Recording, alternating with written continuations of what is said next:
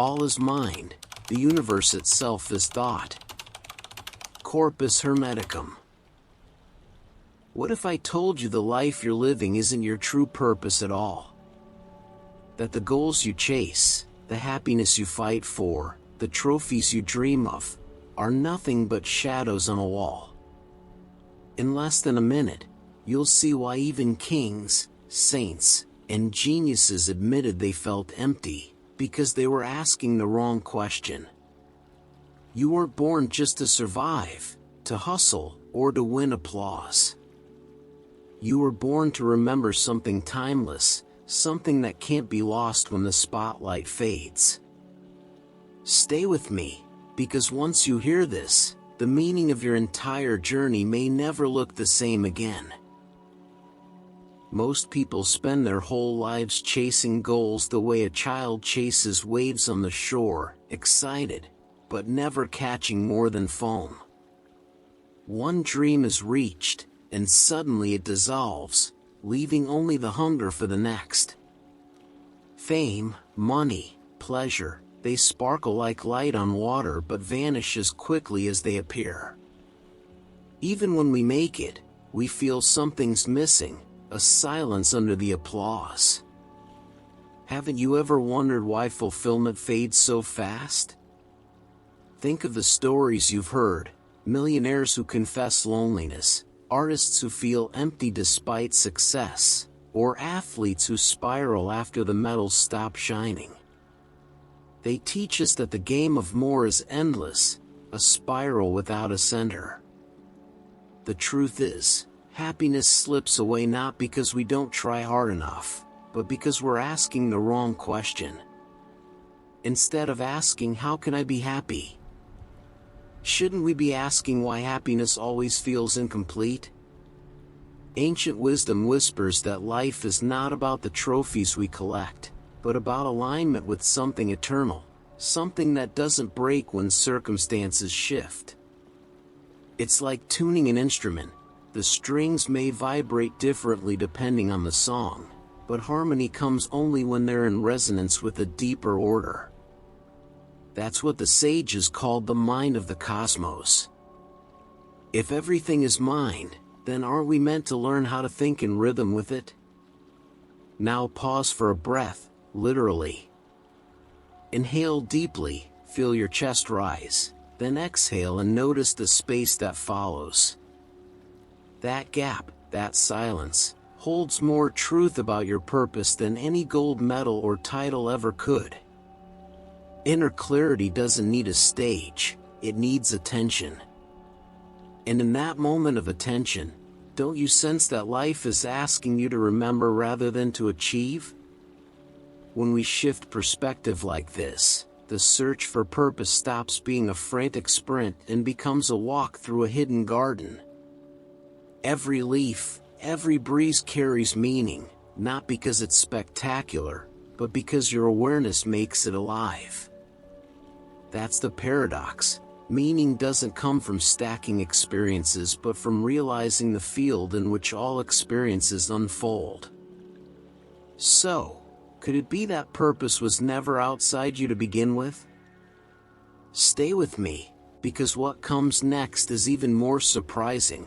Society has trained you to overlook this truth.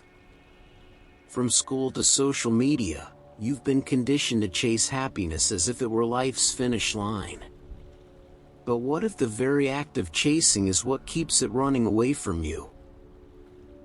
Society has sold us a strange deal: happiness as the ultimate finish line. We're told to chase it through careers, relationships, and possessions, as if life were a shopping cart to be filled.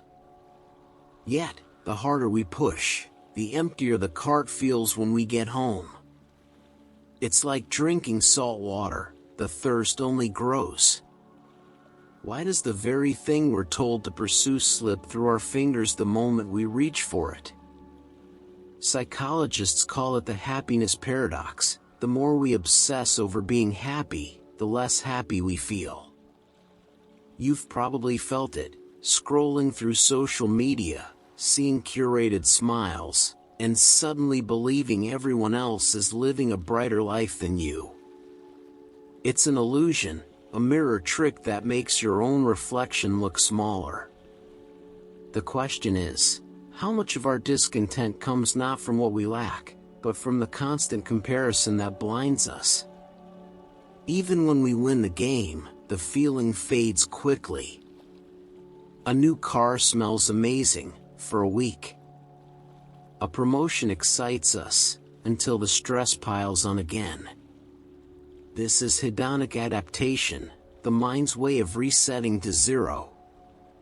Achievements are like fireworks, dazzling for a moment, gone in the next, leaving only smoke. If joy is so fleeting, maybe we're meant to look beyond the bursts of light toward the source that fuels them. What would happen if we stopped chasing and started aligning? Here's a practice. Pause, close your eyes, and recall the last time you felt truly content. Not the thrill of buying something, but that deep exhale when you felt complete, even if only for seconds. Notice how it wasn't about what you had, but about the state of your mind in that instant. That's the clue. Happiness is less about the object and more about the lens through which we see it. Couldn't mastering that lens be more powerful than chasing new objects? Ancient teachings warn us of this trap. They said when the mind is enslaved by appearances, it forgets its true nature as the architect of reality. It's like mistaking the flicker on the wall for the fire itself. And interestingly, Buddhism echoes this same idea. Suffering begins when we cling to illusions. So the question becomes, are we living as creators of our experience, or prisoners of appearances? Because here's the twist, even the most brilliant minds, the inventors, the artists, the icons, confess to this same dissatisfaction. They stood at the top of the mountain and still felt an emptiness they couldn't name. And that brings us to a deeper reflection. If even the giants felt unfulfilled, what lesson were they leaving for us to see? History leaves us plenty of clues. Even the brightest minds who shaped our world admitted they weren't satisfied. Newton, after unveiling the laws of the cosmos, confessed he felt like a child collecting shells on the shore. Da Vinci, despite painting eternal masterpieces, wrote in his journals that he had offended God and mankind by not doing enough. If genius and accomplishment still end in a whisper of regret, doesn't that force us to rethink what we're really chasing? Modern examples echo the same. Steve Jobs, in his final days, spoke of how the glow of innovation dimmed compared to the warmth of family. These voices cut through the noise of achievement, reminding us that the mountain peak isn't always the view we imagined. When even idols feel hollow, what does that say about the rest of us still climbing? It's a sobering realization. Wealth, fame, applause, none of them are strong enough to patch the cracks of the inner void. They may be spotlights, but once they fade, the stage goes dark. And in that silence, people often face the truth they avoided all along. The outside world cannot heal the wounds of the inner self.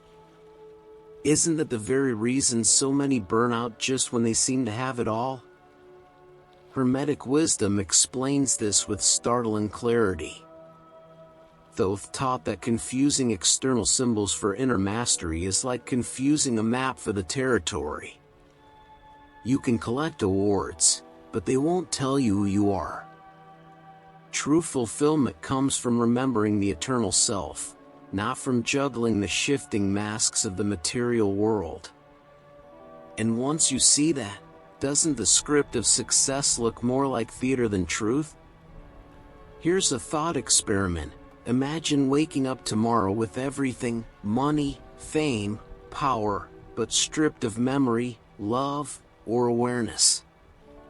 Would that pile of treasures mean anything without the inner light to recognize it? Probably not. That's why sages across time insisted that fulfillment is an inside-out process. So maybe the real success is learning to master what can't be taken away. Wouldn't that shift the entire definition of winning? And here's where it gets even more intriguing. If desire itself is the chain keeping us bound to dissatisfaction, then maybe the problem isn't what we achieve, but the mechanics of wanting itself. Because what if pleasure is not real joy, but simply the relief of escaping discomfort for a moment? Desire is tricky. On the surface, it feels like joy, but look closer and you'll see it often masks discomfort. Hunger drives you to eat, but eat too much and the pain returns.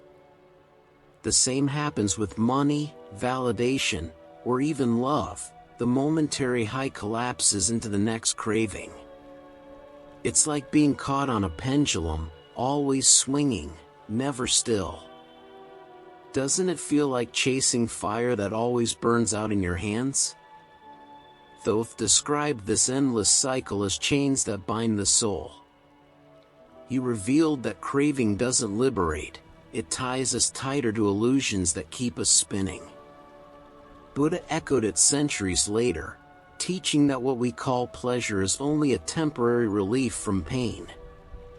Think about it, is eating cake about joy, or just about silencing hunger?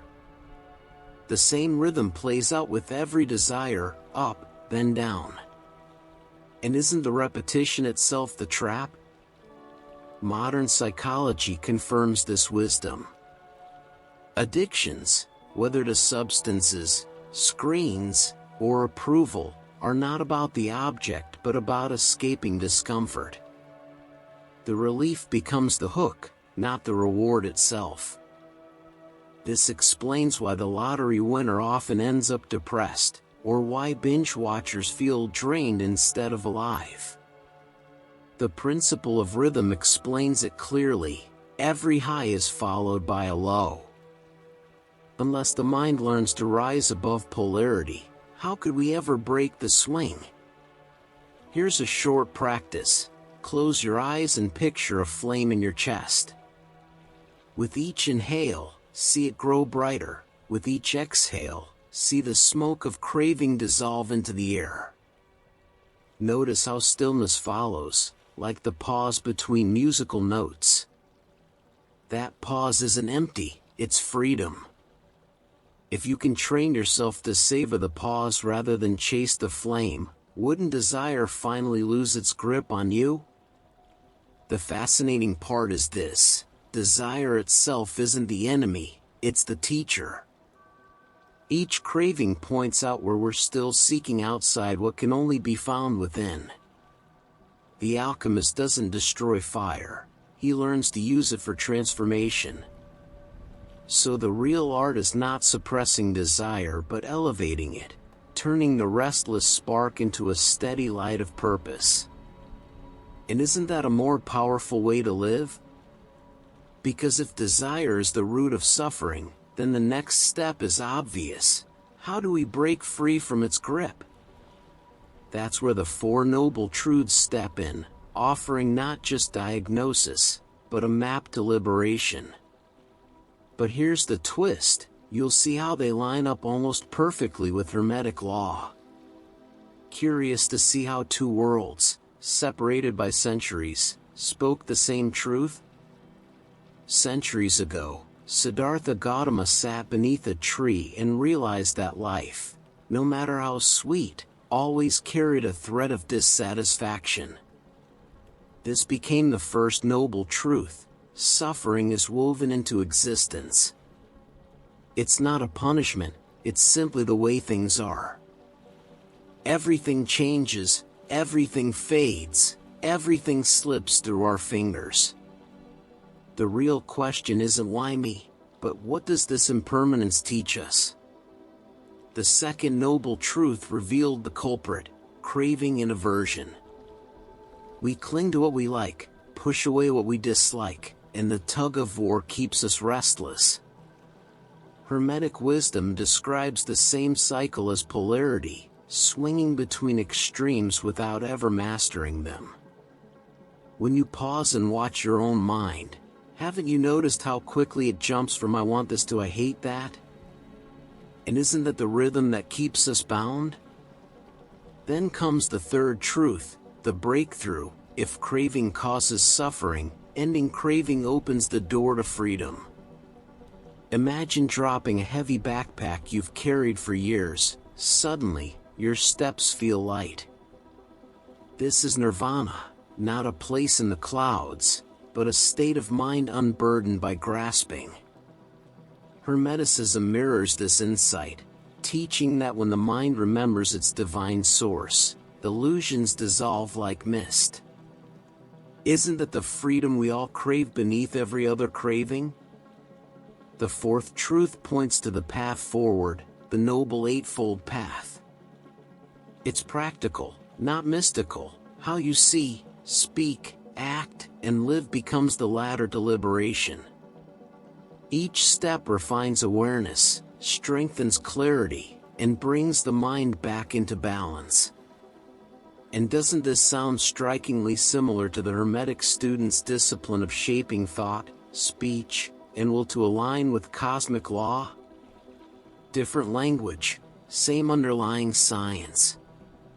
What's powerful here is the convergence. East and West, temple and pyramid, all whisper the same message: suffering isn't random, it follows laws. And liberation isn't luck, it comes from alignment. When we see life this way, the universe stops looking like chaos and starts looking like a code to be remembered. Doesn't that make every challenge feel less like a curse and more like a hidden classroom? But here's the part almost no one talks about. The Eightfold Path isn't about leaving the world, it's about transforming how you walk through it. In fact, each step has a hermetic mirror, like twin maps pointing to the same treasure.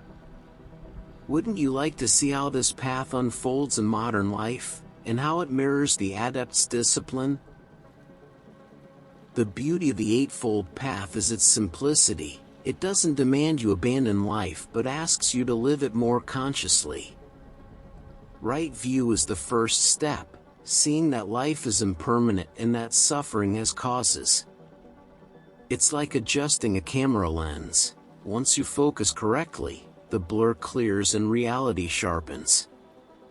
Hermetic practice begins the same way, training the mind to perceive truth beyond appearances. Isn't it striking that wisdom starts not with doing, but with seeing? Right intention follows, choosing thoughts of goodwill and non-attachment. Imagine walking into a room carrying either resentment or kindness. One poisons the air, the other lifts it. Energy isn't just an idea, it's contagious. Hermeticism calls this shaping vibration with willpower, directing thought like a sculptor's chisel.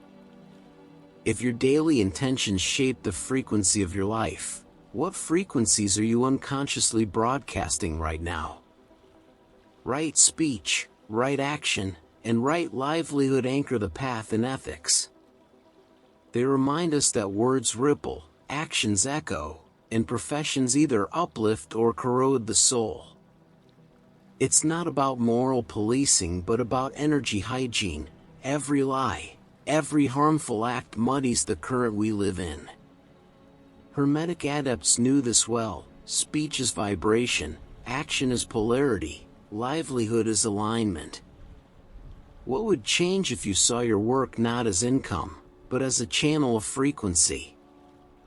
Then comes right effort, right mindfulness, and right concentration, the inner training. They invite us to redirect attention, release unhelpful habits, and cultivate focus. A 10-second pause in traffic, noticing breath, can do more for your peace than hours of distraction. Hermetic students practiced similar disciplines, using silence, visualization, and ritual to refine will. If both traditions converge here, doesn't it suggest they're describing one universal science of mind? Now here's the twist: this path isn't about perfection, it's about practice. Each rite feeds the others, like spokes in a wheel, and stumbling is part of the journey. Even monks admit distraction, even adepts struggled with the pull of desire. What matters is returning to alignment again and again. So if progress feels slow, maybe that's the point, it's training in rhythm, not a race. Doesn't that reframe patience as part of the mastery? And when we live this way, happiness stops being a goal and starts being a byproduct. You don't have to force joy, it flows naturally when the inner currents are clear. This sets the stage for a crucial insight: happiness itself may not be what we think it is. So, could it be that chasing happiness is actually what blocks it? Here's the paradox: the more you chase happiness, the further it slips away. Modern research confirms it. Studies show that people who obsess over being happy often end up more anxious. It's like trying to grab sunlight with your hands. The harder you clutch, the less you hold. Real joy doesn't respond to chasing, it emerges when life aligns. Doesn't that suggest happiness is more of a shadow that follows meaning, rather than a treasure chest to hunt? Viktor Frankl, who survived the horrors of concentration camps, put it simply: happiness and success ensue when we pursue meaning. Think about that. Joy comes not when you make it the target, but when you aim for something deeper. It's like music: the beauty isn't in forcing each note but in surrendering to the flow of melody. If Frankl could find purpose in the darkest places, what excuse do we have for ignoring it in our daily lives? Pain isn't the villain here, it's the teacher. Trying to erase suffering entirely only makes it roar louder. But when we change our relationship with it, pain becomes a doorway. It's the fire that forges resilience, the storm that teaches balance, the silence that sharpens awareness. Hermetic wisdom frames this as vibration: raise the frequency of mind, and even suffering transforms into fuel. Doesn't that mean freedom isn't about removing hardship, but mastering how we move through it? Here's something you can try right now. Sit for 20 seconds, close your eyes, and notice one uncomfortable thought or sensation. Instead of pushing it away, breathe into it. Inhale as if giving it space, exhale as if softening its edges. Watch what happens. You'll see discomfort isn't a wall, it's a portal. And if even pain can become a path, what else in your life could shift if you stopped fighting and started listening? That's why Hermeticism insists happiness is not the goal. It says happiness flows naturally when the mind tunes itself to higher vibration, like a harp resonating with cosmic strings. Buddhism reaches a similar conclusion, though it names it differently. Both point to the same truth: joy is the fragrance, not the flower. Isn't that a relief, to realize you don't need to chase it anymore? And once you see happiness this way, the question becomes practical. How do we weave these insights into daily life so they don't stay as theory but become lived truth? That's where integration comes in, the place where mindfulness meets Hermetic alchemy, and the lab of daily life becomes the stage for transformation. Ready to see how that unfolds? But there's one final piece we need to tie it all together. If daily life is the lab, what is the ultimate experiment? The answer is the purpose of life itself, not to gather pleasures, but to free the mind from illusion. That's where we're headed next, the deeper truth about what we're really here for. Ready to see the hidden law that unites all traditions? The real test of wisdom isn't in temples or books, it's in traffic jams, arguments, and sleepless nights. That's where practice either lives or dies. The Eightfold Path, like Hermetic discipline, is about weaving awareness into ordinary moments. When mindfulness enters a heated conversation, suddenly anger turns into clarity. Isn't that proof that enlightenment isn't far away? It's hidden in the way you answer the phone or breathe through stress. Each factor of the path supports the others, like spokes on a wheel. Ethics strengthens concentration, concentration sharpens speech, mindfulness refines action. Miss one, and the wheel wobbles. Practice them together, and the ride becomes smoother. For the Hermetic student, this is alchemy, turning everyday lead into spiritual gold.